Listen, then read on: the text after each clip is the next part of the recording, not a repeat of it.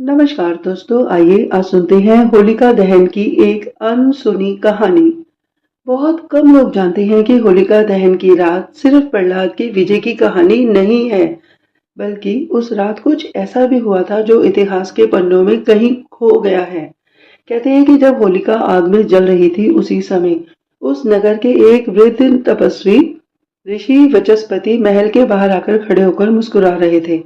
जब लोगों ने उनसे पूछा कि वे प्रसन्न क्यों हैं, तो ऋषि वचस्पति ने रहस्यमय स्वर में कहा कि ये केवल एक पाप का अंत नहीं, बल्कि एक शाप की मुक्ति भी है। तो लोग चकित से रह गए जब ऋषि वचस्पति ने बताया कि होलिका को जन्म के समय एक श्राप मिला था। वह जिस भी अग्नि को छुएगी, वह अग्नि उसकी आत्मा का दर्पण बन जाएगी। यदि होलिका का हृदय पवित्र होगा तो वह अग्नि उसे आशीर्वाद देगी, और यदि वह अधर्म की राह पर चली तो वही अग्नि उसको भस्म कर देगी। होलिका को मिला वरदान सिर्फ बाहरी अग्नि को बचाने का ही नहीं था, बल्कि उसके भीतर की सच्चाई को उजागर करने का भी माध्यम था। जब वह प्रहलाद के साथ आग में बैठी थी, तो अग्नि ने उसके भीतर के छल, कपट और अहंकार को देखा और उसे भस्म कर दिया। लेकिन होलिका की राख में कुछ चमकता हुआ निकला, और वह क्या था? वह था एक स्वर्णिम कमल। ऋषि वचस्पति ने वह कमल उठाया और बोले कि यह उसकी आत्मा की शुद्धता का प्रमाण है, जो अब मुक्त हो चुकी है। उस दिन से होलिका दहन सिर्फ बुराई के अंत का प्रतीक नहीं, बल्कि आत्मा की शुद्धि और कर्मों के न्याय का भी संदेश बन गया। अग्नि कभी भी असत्य को स्वीकार नहीं करती, असत्य को स्वीकार नहीं करती। वह तो केवल सच को ही बचाती है।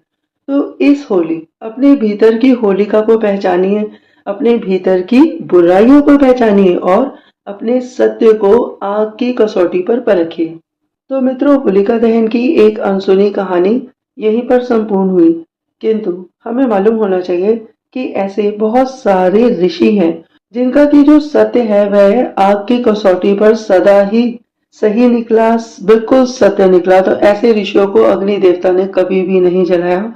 और वह कौन से ऋषि हैं? वो है अंगिरा ऋषि, वशिष्ठ।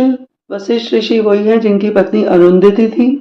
तो अंगिरा ऋषि, वशिष्ठ ऋषि, स्वाहा ऋषि, इनके अलावा जो अन्य ऋषि हैं वो है महर्षि कुत्स, हिरण्यस्तुप, सप्तगु, दलमेद, शंखपूत, प्रियमेद, सिंधुसती, विद्यहव्य, अभिव्रत, संवर्त तथा हविर्धान आदि ऋषियों को कभी भी अग्नि ने नहीं जलाया।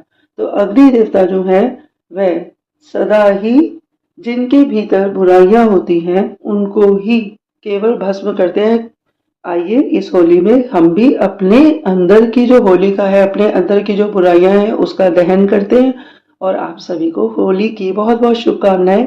भगवान करे कि होली के रंग आपके जीवन को सदा सदा रंग बिरंगा रखें और आप सब लोग बहुत ही प्रसन्न हैं।